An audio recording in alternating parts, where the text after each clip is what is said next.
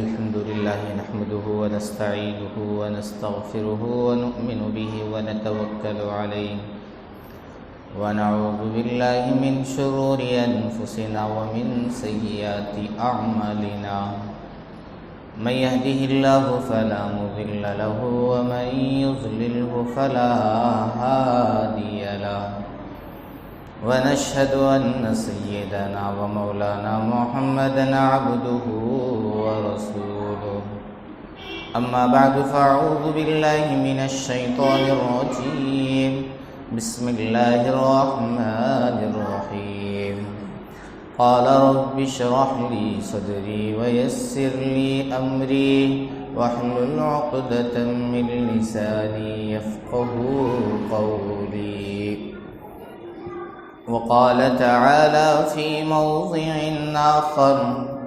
يا أيها الذين آمنوا إنما الخمر والميسر والأنصاب والأزلام رجس من عمل الشيطان فاجتنبوه لعلكم تفلحون صدق الله العظيم وصدق رسوله النبي الكريم ونحن على ذلك لمن الشاهدين والشاكرين والحمد لله رب العالمين اللهم صل على سيدنا محمد وعلى آل سيدنا محمد وبارك وسلم اللهم صل على سيدنا محمد وعلى آل سيدنا محمد وبارك وسلم۔ تمام تعریفیں اس ذات کے لیے سزاوار ہے جو ہم تمام کا حقیقی خالق اور مالک ہے۔ لاکھوں کروڑوں درود و سلام ہو میرے اور آپ کے آقا تاجدار مدینہ احمد عربی محمد مصطفیٰ صلی اللہ علیہ وسلم کی ذات اقدس پر کہ جن کے لیے اس کائنات کو سجایا گیا۔ بزرگان محترم اور نوجوان دوستو، اللہ تبارک و تعالی نے انسان کو عقل عطا فرمائی ہے۔ یہ جو عقل کی دولت ہے یہ ایک بہت بڑی دولت ہے۔ عقل ہی کے ذریعے سے انسان جو ایک کمزور انسان ہے، کمزور مخلوق ہے، لیکن چونکہ اس کے پاس عقل موجود ہے، اس کی وجہ سے یہ کائنات کے بڑے سے بڑے چیزوں سے فائدہ حاصل کر رہا ہے، اور پوری دنیا گویا اس کے ہاتھ میں مسخر ہے۔ جیسے چاہتا ہے وہ اپنے عقل ہی کے ذریعے سے بڑی بڑی مخلوقات سے فائدہ اٹھاتا ہے، اور اپنے عقل کا استعمال کر کے ہی انسان نے آج جو ہے بڑی بڑی چیزیں بنائی، جیسے کہ ہوائی جہاز ہے، اور اتنے بڑے بڑے ریل بنائے، اور اتنے بڑے بڑے مخلوقات جو بنائے ہیں، اور اس سے فائدہ جو حاصل کیا جا رہا ہے وہ صرف اور صرف عقل ہونے کے بنیاد پر ہے۔ ورنہ اگر انسان کے پاس بھی عقل نہ ہوتی تو اس میں اور جانور میں کوئی فرق نہیں ہوتا۔ آپ دیکھ لیجئے کہ گھوڑا ہے، ہاتھی ہے، اونٹ ہے، اور اسی طریقے سے دیگر جو جانور ہیں وہ انسان کے تابع ہیں، اور انسان ان جانوروں سے طاقت میں کم ہے۔ بیل سے طاقت انسان کے پاس کم ہے، گھوڑے سے کم ہے، ہاتھی سے کم ہے، لیکن اس کے باوجود ان بڑے بڑے طاقتور جانوروں کو بھی اپنے قابو میں کیا ہوا ہے محض عقل کی بنیاد پر۔ اگر انسان کے پاس بھی عقل نہ ہوتی تو اس کا وہ مقام اور مرتبہ نہیں ہوتا جو آج انسان کا تصور کیا جا رہا ہے۔ اور انسان فخر کے طور پہ یہ کہتا ہے کہ میں جو ہوں مخلوقات کا سردار ہوں، میں جو ہے بڑے بڑے پہاڑوں کو چیر کر رکھ دیتا ہوں، میں ایسا طاقت رکھتا ہوں کہ میں جو ہے ہواؤں میں اڑتا ہوں، اور میں بڑے بڑے چیزوں کو بناتا ہوں۔ تو ان تمام چیزوں کے بنیاد کے پیچھے جو چیز اہم ہے وہ عقل ہے۔ الغرض اگر انسان کے پاس عقل ہے، عقل سلیم ہے، اور اس کا وہ صحیح استعمال کرتا ہے اور اس سے صحیح ذریعے سے کام لیتا ہے تو وہ بڑا سا بڑا انسان کہلاتا ہے، اس کی عزت کی جاتی ہے اور اس کی تعظیم کی جاتی ہے، لوگ اس کو عزت کی نگاہ سے دیکھتے ہیں۔ لیکن بزرگان محترم، اگر عقل رہنے کے باوجود انسان جو ہے چند چیزیں ایسی ہیں کہ اس کا استعمال کرتا ہے تو ان کے استعمال سے عقل میں فطور آ جاتا ہے، عقل میں خرابی آ جاتی ہے۔ مثلا ابھی جو میں نے آپ حضرات کے سامنے قرآن مقدس کی آیت تلاوت کی ہے، اس کے اندر اللہ تبارک و تعالیٰ ارشاد فرماتے ہیں یا ایھا الذین آمنوا انما الخمر والمیسر والانصاب والازلام رجس من عمل الشیطان فاجتنبوہ لعلکم تفلحون، کیا ایمان والو بے شک شراب اور جوا اور اسی طریقے سے کھیل کے جو اور چیزیں ہیں، جو نشے کی اور چیزیں ہیں، یہ سب کے سب جو ہے برے کام ہیں، شیطان کے کام ہیں۔ فاجتنبوہ، تم اس سے اجتناب کرو، اس سے کنارہ کشی اختیار کرو اور اس سے بچ کر رہو تاکہ تم جو ہے کامیابی کا راستہ پانے والے بن جاؤ۔ معزز سامعین کرام، انسان جب شراب پی لیتا ہے، نشے کے اندر سوار ہو جاتا ہے، اور جب وہ ذرا زیادہ پی لیتا ہے یا نشہ زیادہ چڑھ جاتا ہے تو عقل کے رہنے کے باوجود اس کے ذریعے ایسے کام سرزد ہوتے ہیں اور اس سے ایسے افعال نکلتے ہیں جس سے انسانیت کو بھی شرم محسوس ہوتی ہے، اور جس سے وہ ایسے کام کرتا ہے جو کام کے ایک جانور بھی نہیں کرتا ہے، اور شراب میں مست ہو کر، دیگر منشیات میں مست ہو کر وہ جانوروں سے بھی گئے گزرا بن جاتا ہے، حالانکہ اس کے پاس اتنی بڑی عقل موجود ہے، دنیا کو مسخر کرنے کا طریقہ موجود ہے، لیکن جب اسی عقل پر یہ نشہ سوار ہو جاتا ہے تو اس سے ایسے ایسے کام سرزد ہو جاتے ہیں کہ ایک جانور بھی اپنے دیگر جانوروں کے ساتھ نہیں کرتا ہے۔ جانور بھی جب ہوتا ہے تو اپنے برادری کو پہچانتا ہے، اپنے خاندان قبیلے کو پہچانتا ہے، ان کو نقصان نہیں پہنچاتا ہے، لیکن جب انسان جو ہے ان غلط چیزوں سے رکتا نہیں ہے اور اس کے اندر ڈوب کر جب بہت ہی زیادہ وہ مستی میں آ جاتا ہے اور جب نشے میں آ جاتا ہے تو وہ ایسے کام کر بیٹھتا ہے کہ جس سے انسانیت کو تکلیف ہوتی ہے، غیر تو غیر اپنوں کو بھی تکلیف پہنچاتا ہے، یہاں تک کہ اپنے بھائی بہنوں کو بھی تکلیف پہنچاتا ہے، ماں باپ کو بھی تکلیف پہنچاتا ہے، بچوں کو بھی تکلیف پہنچاتا ہے، یہاں تک کہ اس کے ایک کے نشے کے وجہ سے اس کے بہت سارے افراد خاندان بھی نقصان اٹھانے والے بن جاتے ہیں۔ اسی لیے قرآن میں اللہ تبارک و تعالیٰ نے ارشاد فرمایا کہ ایمان والو خوب سن لو کہ بے شک شراب جو ہے حرام قرار دی گئی ہے، اور اسی طریقے سے ہر وہ چیز جو نشے کے دائرے میں آتی ہے جس سے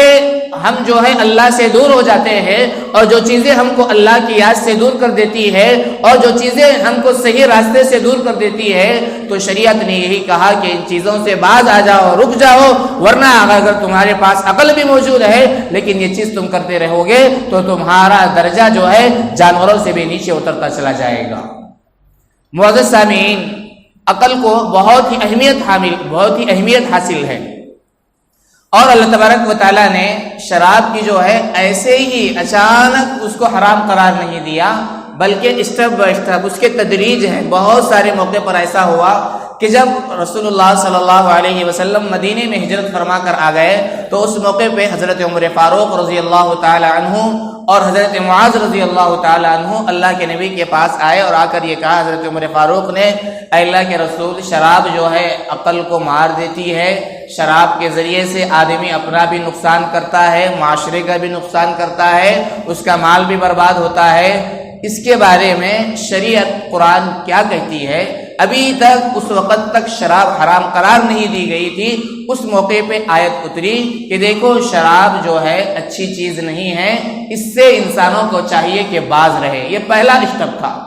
اس کے بعد چند دنوں کے بعد اور ایک آیت اتری کہ اس کے اندر نفع کم ہے، نقصان زیادہ ہے، قل فیہما اسم کبیر ومنافع للناس، کہ اس کے اندر نفع بھی ہے، نقصان بھی ہے، لیکن اس کا جو نقصان ہے بڑا ہے، بہت بڑے بڑے نقصانات ہیں۔ تو اللہ کے رسول نے ارشاد فرمایا کہ اس سے تم اور بھی بچنے کی کوشش کرو۔ پھر چند دنوں کے بعد یہ حکم آیا کہ جب تم نماز میں ہو، جب تم مسجد کے قریب جا رہے ہو تو اس وقت شراب پی کر ہرگز نہ جاؤ، اس لیے کہ مسجد پاک جگہ ہے اور اللہ کا گھر ہے، وہاں پر عبادت کی جاتی ہے، اور عبادت کرنے سے آدمی کے دل کو سکون ملتا ہے، روح کو تقویت ملتی ہے۔ ہے، اس لیے جب تم نشے میں ہو تو مسجد کے قریب نہ جاؤ۔ اور اس کے چند دن ہی گزرے تھے کہ اللہ کے رسول صلی اللہ علیہ وسلم نے تمام صحابہ کو جمع کر کے فرمایا، اے صحابہ، ابھی یہ آیتیں اتری ہے کہ ابھی جو میں نے پڑھی کہ اے ایمان والو، انما الخمر والمیسر والانصاب والازلام رجس من عمل الشیطان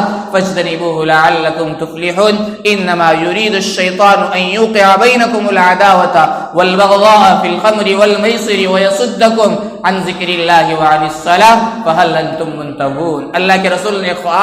پورا واضح طور پر اعلان فرمایا کہ اللہ تبارک و تعالیٰ ان آیتوں کے ذریعے سے شراب کی حرمت کو واضح قرار دے رہے ہیں، اور آگے اللہ کے رسول اللہ تعالیٰ یہ ارشاد فرما رہے ہیں کہ دیکھو، شیطان یہ چاہتا ہے کہ تمہارے درمیان آپس میں دشمنی پیدا کرے۔ انما یرید الشیطان، شیطان یہ چاہتا ہے کہ ان یوقع بینکم العداوۃ والبغضاء فی الخمر والمیسر، جوئے کے ذریعے سے، شراب کے ذریعے سے آپس میں نا اتفاقی ڈالتا ہے، آپس میں دشمنی پیدا کرنا چاہتا ہے۔ وَيَصُدَّكُمْ عَنْ ذِكْرِ اللَّهِ وَعَنِ الصَّلَاةِ، اور اسی طریقے سے شیطان یہ کرتا ہے شراب کے ذریعے سے تم کو اللہ کے ذکر سے دور کرتا ہے، اللہ کے رسول کی اطاعت سے دور کر دیتا ہے، اس لیے تم اس سے بچو، یہ بہت ہی خطرناک چیزیں ہیں۔ معزز سامعین کرام، سائنس بھی یہی کہتی ہے، اور بڑے اطباء جو صحت کے ماہرین ہیں وہ بھی یہی کہتے ہیں کہ شراب جو ہے انسان کے بدن کو نقصان پہنچاتی ہے۔ شراب کا جب آدمی عادی بن جاتا ہے اور اس کا خوگر بن جاتا ہے اور اس کا رسیہ بن جاتا ہے، اور اسی کے اندر جب اس مبتلا ہو جاتا ہے تو اس کو کسی اچھے اور برے کی تمیز نہیں ہوتی ہے، نہ اسے اپنے ذمہ داریاں یاد ہوتی ہے، نہ اپنے بیوی بچوں کے حقوق یاد آتے ہیں، اور نہ ہی اللہ کی پسند ناپسند اس کو یاد آتی ہے، بلکہ وہ ایک قسم کا ایک مجنون بن جاتا ہے، اور ایک قسم کے اندر وہ ڈوب جاتا ہے، جس کے ذریعے سے وہ اپنی دنیا کا بھی نقصان کرتا ہے، اپنی آخرت کا بھی نقصان کرتا ہے، اور اپنے نقصان کے ساتھ ہی ساتھ اپنے اس کے جو اولاد ہیں اور اس کے جو بیوی بچے ہیں اور اس کے جو والدین ہیں، اگر یہ بڑا ہے تو اس کے چھوٹے بھائی ہیں اور اس کی بہنیں ہیں، ان تمام کے حقوق اس پر عائد ہوتے ہیں، تو ان تمام حقوق کو ادا کرنے سے پیچھے ہٹ جاتا ہے، اور ایسا دھن سوار ہو جاتی ہے کہ ایک وقت ایسا ہی آتا ہے کہ اگر شراب کا عادی ہے بغیر توبہ کے مر جاتا ہے تو اللہ کے رسول نے ارشاد فرمایا کہ وہ جہنم میں جائے گا اور جہنم میں اسے سزا بھگتنی پڑے گی۔ معزز سامعین، قرآن و حدیث کے روشنی میں بہت سارے واضح ہم کو قرآن کی آیتیں ملیں گی اور احادیث ملیں گی جس کے اندر اللہ کے رسول صلی اللہ علیہ وسلم نے نشہ سے منع فرمایا ہے، اور ایک حدیث میں تو اللہ کے رسول نے ارشاد فرمایا کہ جو شراب ہے، آدمی جب شراب پیتا ہے تو پیتے وقت وہ مومن نہیں ہوتا ہے، جیسے ہی وہ شراب کا جام اور اس کا پیالہ اپنے منہ سے قریب کرتا ہے تو اندر سے ایمان یہ کہتا ہے کہ اس کو مجھ سے دور کرو، اس لیے کہ خراب چیز ہے اور میں اچھی چیز ہوں، دونوں ایک ساتھ جمع نہیں ہو سکتے۔ لیکن اس کے باوجود آدمی جب شراب پی لیتا ہے، جیسے ہی پینا شروع کرتا ہے، ایمان کا نور اس سے نکل جاتا ہے، اور ایسے نکلتا ہے اللہ کے رسول نے ارشاد فرمایا جیسے آدمی اپنے جسم سے کپڑے سر سے اٹھا کر نکال کر الگ کر دیتا ہے، جیسے کپڑا الگ ہو جاتا ہے، اسی طریقے سے شراب پینے کے وقت میں، زنا کرنے کے وقت میں ایمان اس آدمی کے دل سے نکل جاتا ہے، اور ایمان کی جو نورانیت ہوتی ہے وہ نکل جاتی ہے۔ ایک موقع پہ اللہ کے رسول صلی اللہ علیہ وسلم نے ارشاد فرمایا، وعید ارشاد فرمائی، یہ وعید ارشاد فرمائی کہ وہ شخص جو ہمیشہ شراب کا عادی ہے اور شراب ہی میں زندگی گزارتے ہوئے اس کی موت آتی ہے تو کل قیامت کے دن اللہ تبارک و تعالی جہنم میں اس کو ایک ایسے وادی میں ڈالیں گے جس سے بہت ہی خطرناک بدبو اٹھے گی، اور اتنی خطرناک بدبو اٹھے گی کہ اہل جہنم بھی اس بدبو سے پریشان ہوں گے۔ وہ احباب جو چھوٹے موٹے یا کوئی دوسرے گناہ کرنے کے بعد جب ان کو جہنم میں ڈالا جائے گا تو اہل جہنم بھی اس وادی کی بدبو سے بہت ہی پریشان ہوں گے۔ اللہ کے رسول نے ارشاد فرمایا وہ وادی ایسی ہوگی کہ جو دنیا کے اندر زنا کرنے والے عورتیں ہوتی ہیں ان سے خون اور پیپ بہے گا تو اس کی ایسی سخت بدبو ہوگی کہ دوسرے اہل جہنم بھی اس سے پریشان ہوں گے، لیکن اللہ تبارک و تعالیٰ ان کا خون اور پیپ ان لوگوں کو پلائے گا جو ہمیشہ شراب کے عادی تھے اور اسی حالت میں ان کی موت آ گئی۔ اللہ تبارک و تعالیٰ جہنم میں ایسے وادی کے اندر ہمیشہ شراب میں ڈوبے رہنے والوں کو اور بغیر توبہ کے مرنے والوں کے لیے ایسی وادی تیار کی ہے۔ بزرگان محترم سوچو کہ اہل جہنم کو بھی اس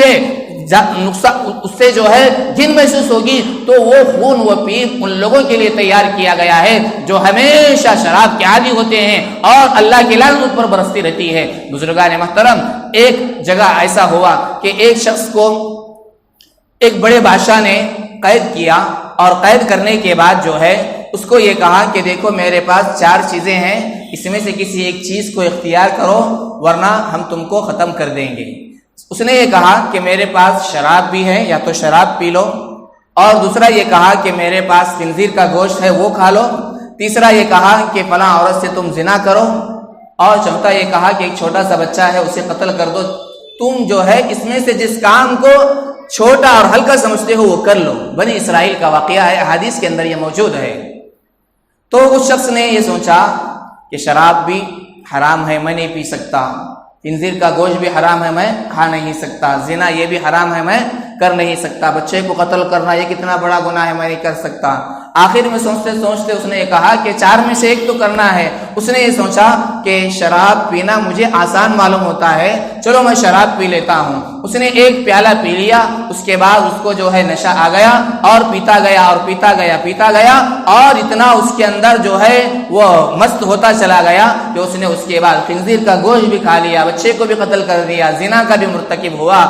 استغفر اللہ۔ تو اللہ کے رسول نے ارشاد فرمایا کہ دیکھو اس نے یہ سمجھا کہ شراب جو ہے کم درجے کا گناہ ہے، لیکن اللہ کے رسول نے ارشاد فرمایا کہ یہ ہر برائی کی جڑ ہے اور ہر فتنے کی جڑ ہے اور ہر شر کی یہ چابی ہے کہ آدمی جب شراب میں مست ہو جاتا ہے تو اس کو اچھے برے کی تمیز نہیں ہوتی ہے، نہ اپنوں کی تمیز ہوتی ہے، نہ غیروں کی تمیز ہوتی ہے، نہ حلال کی تمیز ہوتی ہے اور نہ ہی حرام کی تمیز ہوتی ہے۔ آدمی بظاہر یہ سوچتا ہے کہ میں تو صرف شراب کے چند قطرے پی رہا ہوں، لیکن یہ شراب اس کے اندر جا کر ایسے کام کروا دیتی ہے کہ آدمی اس کا تصور بھی نہیں کر سکتا ہے۔ جب وہ نشے میں آ کر اس نے 4 کام کیے، اللہ کے رسول نے ارشاد فرمایا کہ شراب سے بچو، شراب سے بچو، اس لیے کہ شرابی کے اوپر اللہ کی لعنت برستی ہے۔ اور ایک حدیث میں اللہ کے رسول نے ارشاد فرمایا کہ جو آدمی شراب پی لیتا ہے اس سے ایمان کا جو نور ہے سلب ہو جاتا ہے، 40 دن تک اس کے اعمال قبول نہیں ہوتے ہیں۔ وہ دعا بھی کرتا ہے تو دعا قبول نہیں ہوتی ہے۔ ہاں اگر وہ توبہ کرتا ہے تو اللہ اگر توبہ اس کی قبول فرما لے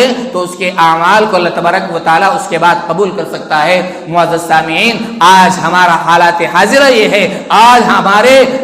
بہت سارے نوجوان ایسے ہیں کہ آئے دن وہ شراب کے اور دیگر منشیات کے وہ عادی ہوتے جا رہے ہیں۔ حالانکہ نوجوان طبقہ تو وہ طبقہ تھا جس سے مستقبل کی تعمیر کرنی تھی، حالانکہ نوجوان طبقہ تو وہ طبقہ ہے جو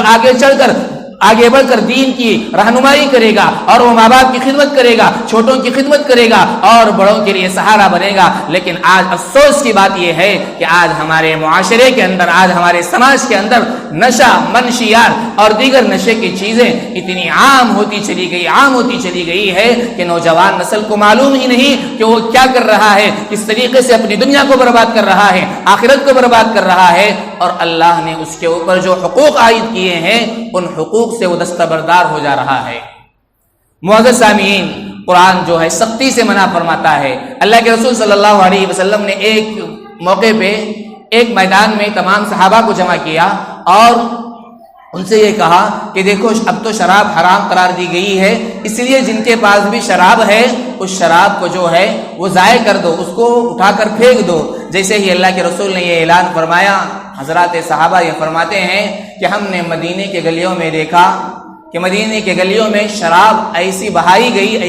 گئی، ہم کو ایسے محسوس ہوتا تھا کہ ایک تیز رفتار بارش آئی ہو جس کی وجہ سے پورا مدینہ شہر، اطراف کے پوری گلیاں اور پوری وادی جو ہے وہ شراب سے تر ہو چکی تھی۔ اور اس زمانے میں عرب کے اندر جو ہے شراب کی محبت بہت ہی زیادہ پڑی ہوئی تھی، 100 سال کی شراب ہوتی تھی، 200 سال کی شراب ہوا کرتی تھی، اور فخر یہ کیا کرتے تھے کہ میرے پاس اتنی زیادہ شراب ہے، میرے پاس اتنی زیادہ پرانی شراب ہے۔ لیکن جیسے ہی اللہ کا حکم آیا، اللہ نے اس کو حرام قرار دیا، اللہ کے نبی نے اعلان فرما دیا۔ بزرگان محترم، قربان جائیے حضرات صحابہ کے ایک ایک ادا پر کہ انہوں نے یہ نہیں کہا کہ میرے پاس لاکھوں کی شراب ہے، میرے پاس کروڑوں کی ہے، میرے پاس تو اتنی پرانی ہے، بلکہ جیسے ہی اللہ کے رسول نے اعلان فرمایا کہ اس کے قریب نہ جاؤ اور اس کو ضائع کر دو، تو تمام لوگوں نے اپنا جو قیمتی سرمایہ تھا اس میں لگایا ہوا تھا سب کو وہاں پر ضائع کر دیا اور اپنے عمل سے یہ بتایا کہ ہم پکے ایمان والے ہیں، پکے مسلمان ہیں۔ اللہ اور اس کے رسول جو بات بتاتے ہیں، مسلمان وہ ہوتا ہے جو ان پر عمل کرتا ہے۔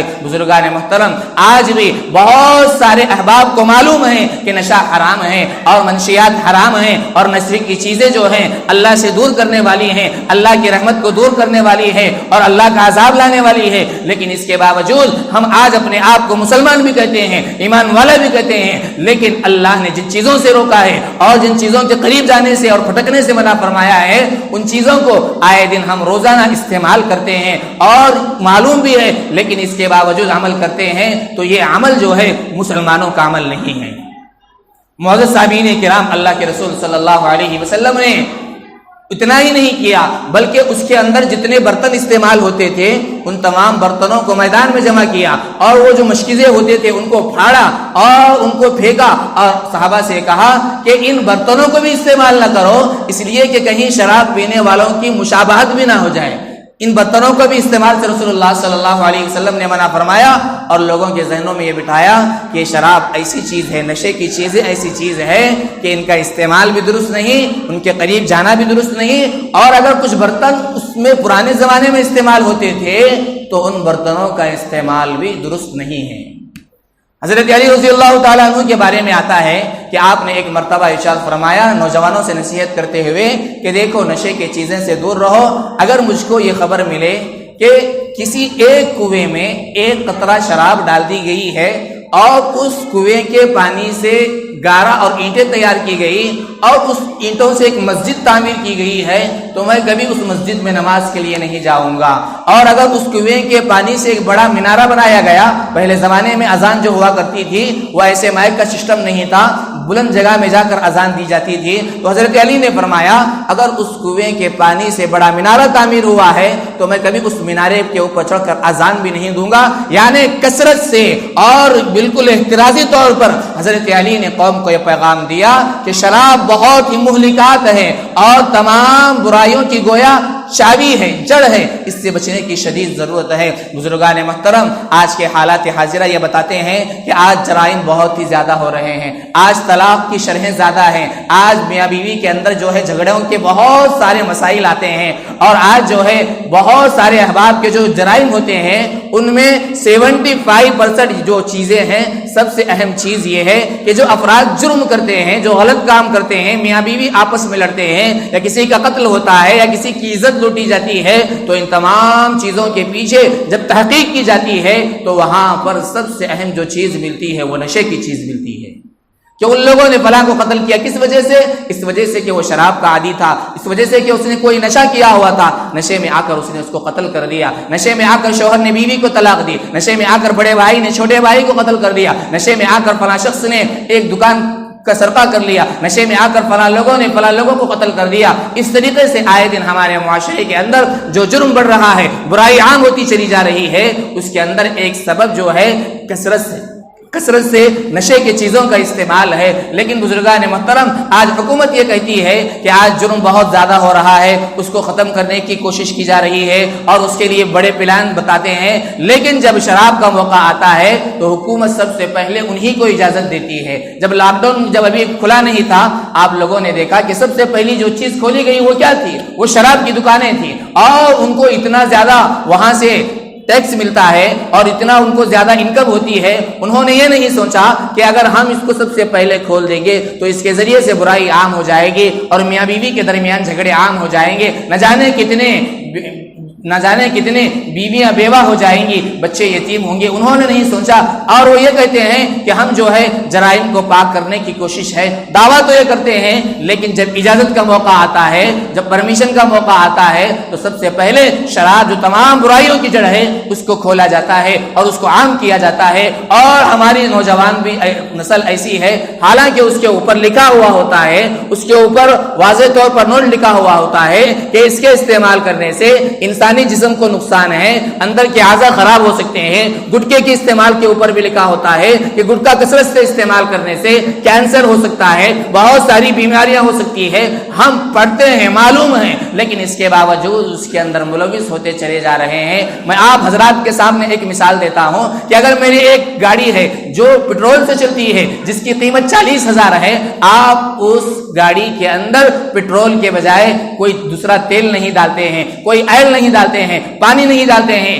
اور یہ سمجھتے ہیں کہ اگر میں نے پیٹرول کے بجائے کوئی دوسرا تیل ڈال دیا یا آئل ڈال دیا یا کوئی اور چیز ڈال دی تو میری 40,000 کی گاڑی خراب ہو جائے گی، اس لیے جو پیٹرول ڈالنا ہے پیٹرول ہی ڈالتے ہیں۔ لیکن میرا بھی ایک سوال ہے، ہمارے سامنے 40,000 گاڑی کی اہمیت تو ہے، لیکن ہمارا جسم جو کروڑوں کروڑوں کا ہے، اس کے اندر آج ہم گٹکا ڈالتے ہیں، شراب ڈالتے ہیں، نشے کی چیزیں ڈالتے ہیں، جس سے ہمارا جسم بھی خراب ہوتا ہے، جس سے اللہ ہمارا ناراض بھی ہوتا ہے، اللہ کے رسول کی لعنتیں بھی ہیں، جس سے ہم اللہ کے رحمت سے دور بھی ہوتے چلے جاتے ہیں۔ اور ہم یہ کہتے ہیں کہ ہم عقل مند ہیں، ہم عقل مند نہیں ہیں۔ عقل مندی کا تقاضا یہ تھا کہ جس طریقے سے ہم اپنی گاڑی کی حفاظت کرتے ہیں، چھوٹے چھوٹے چیزوں کی حفاظت کرتے ہیں، اس سے کہیں زیادہ اللہ نے ہم کو جو جان دی ہے، یہ جو جسم دیا ہے، یہ لاکھوں کا نہیں کروڑوں کا ہے، ہم اس کی قدر کرتے اور اللہ نے جو نعمتیں دی ہیں ان نعمتوں کا صحیح استعمال کرتے تو ہم جو ہے یہاں بھی کامیاب ہوتے، آخرت میں بھی کامیاب ہوتے۔ بزرگان محترم، اور ایک چیز یہ ہے کہ جو آدمی شراب پیتا ہے وہ اپنے بہت سارے نقصان کرتا ہے۔ ایک تو یہ ہے کہ اس کے جسم پر جو ہے بہت ہی زیادہ اس کے برے اثرات پڑتے ہیں، چند دنوں کے بعد آہستہ آہستہ وہ کمزور ہوتا جاتا ہے، جب آخری عمر کو پہنچتا ہے تو بہت ہی زیادہ وہ جو ہے نقصان اٹھاتا ہے۔ دوسری یہ ہے کہ بدن کے خرابی کے ساتھ اس کا مال بھی جو ہے وہ ضائع ہوتا ہے۔ آپ لوگوں نے دیکھا ہوگا کہ جن حضرات کو زیادہ نشے کی عادت ہوتی ہے وہ ایک مرتبہ نشہ کرنے میں اتنا پیسہ خرچ کرتے ہیں کہ جن پیسوں میں پورے گھر کے پورے افراد کا ایک وقت کا کھانا میسر ہو سکتا ہے۔ ایک چھوٹی سی باٹل ہے یا چھوٹا نشے کی چیز ہے، اس کے لیے 100 200 300 استعمال کرتے ہیں۔ اگر یہی 100 200 اگر وہ گھر کو لے کر جائے گا تو اس کے پورے گھر کے افراد جو ہے سکون سے اپنا پیٹ بھر سکتے ہیں۔ لیکن حالت یہ ہوتی ہے کہ گھر میں بیوی بچے بھوکے ہوتے ہیں، مقروض ہوتے ہیں، ان کے لیے بہت ساری چیزوں کی ضرورت ہوتی ہے، لیکن آدمی کو اتنی زیادہ لت پڑی ہوئی ہوتی ہے کہ ان کا وہ خیال ہی نہیں کرتا ہے، اور وہ اپنے